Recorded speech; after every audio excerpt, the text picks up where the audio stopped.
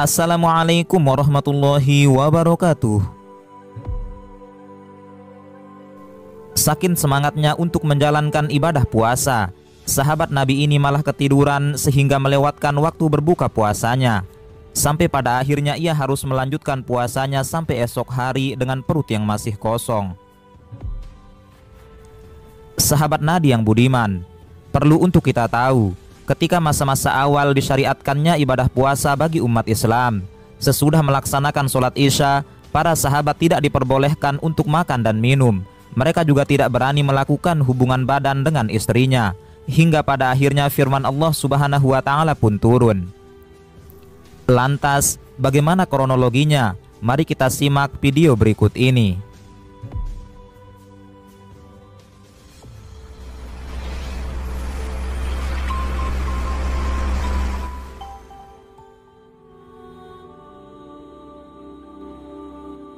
Saat ini kaum muslimin di seluruh dunia sedang melaksanakan ibadah puasa Ramadan.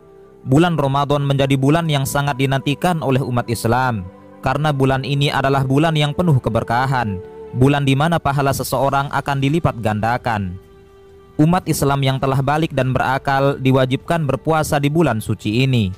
Perintah berpuasa di bulan Ramadan tertulis dengan jelas dalam Al-Quran. Allah Subhanahu wa Ta'ala berfirman, Ya ayyuhalladzina amanu kutiba alaikumus syiyam kama kutiba alal ladzina min qablikum la'allakum tattaqun. Wahai orang-orang yang beriman, diwajibkan atas kamu berpuasa sebagaimana diwajibkan atas orang-orang sebelum kamu agar kamu bertakwa. Quran Surat Al-Baqarah ayat 183. Dari ayat ini kita bisa lihat bahwa kewajiban berpuasa di bulan Ramadan ternyata sudah diberlakukan sejak zaman sebelum Nabi Muhammad SAW. Kemudian di masa-masa awal diwajibkannya ibadah puasa pada masa Rasulullah SAW. Pelaksanaan puasa bagi kaum muslimin belum diketahui dengan jelas batasan makan dan minumnya, sehingga terjadilah sebuah kasus di mana ada seorang sahabat Nabi bernama Qais bin Sirmah berpuasa hingga ia pingsan karena harus menahan lapar lantaran tertidur. Kisah ini bermula ketika suatu hari Qais bin Sirmah baru pulang dari ladangnya. Karena waktu itu adalah bulan suci Ramadan, maka seperti laki-laki lainnya, ketika matahari hampir terbenam, mereka menemui istrinya untuk berbuka puasa. Qais kemudian berkata kepada istrinya, "Apakah engkau memiliki makanan untuk kita berbuka?" Istrinya menjawab, "Kita tidak punya makanan, tetapi tenanglah, aku akan mencarikan makanan untukmu."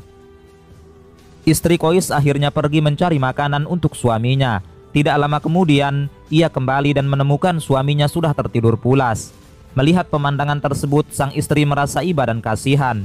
Ia berkata, "Sungguh kasihan engkau duhai suamiku, engkau tertidur dan belum sempat berbuka puasa."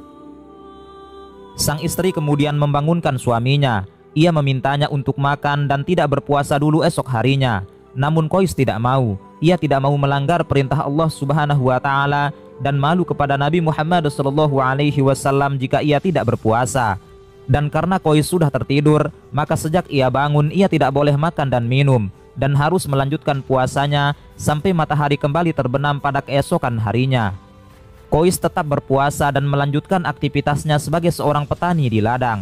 Tiba-tiba pada pertengahan hari, Qais bin Sirmah pingsan karena kelelahan.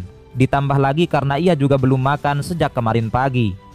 Kejadian ini pun dilaporkan kepada Nabi Muhammad SAW. Lalu turunlah surat Al-Baqarah ayat 187. Uhilla lakum laylatas siyamir rafathu ila nisaikum hunna libasul lakum wa antum libasul lahun. Alimallahu annakum kuntum takhtanuna anfusakum fataba alaikum wa afa ankum. Fal'ana bashiruhunna wabtagu ma kataballahu lakum. Dihalalkan bagimu pada malam puasa bercampur dengan istrimu. Mereka adalah pakaian bagimu dan kamu adalah pakaian bagi mereka. Allah mengetahui bahwa kamu tidak dapat menahan dirimu sendiri, tetapi Dia menerima tobatmu dan memaafkanmu. Maka sekarang campurilah mereka dan carilah apa yang telah ditetapkan Allah bagimu. Ayat ini telah membuat kaum muslimin pada saat itu sangat bergembira.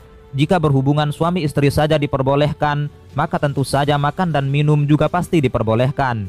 Lalu kemudian turunlah lanjutan ayat tersebut yang menegaskan diperbolehkannya makan dan minum sampai terbitnya fajar. Allah Subhanahu wa taala berfirman, "Wa kulu washrabu hatta yatabayyana lakumul khaytul abyadu minal khaytil aswadi minal fajr.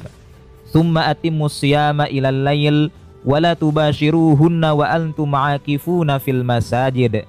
Tilka hududullahi fala taqrabuha. Kadzalika yubayyinullahu ayatihi lin-nasi la'allahum yattaqun." Makan dan minumlah hingga jelas bagimu perbedaan antara benang putih dan benang hitam, yaitu fajar. Kemudian sempurnakanlah puasa sampai datang malam. Akan tetapi, jangan campuri mereka ketika kamu dalam keadaan beriktikaf di masjid. Itulah batas-batas atau ketentuan Allah. Maka janganlah kamu mendekatinya.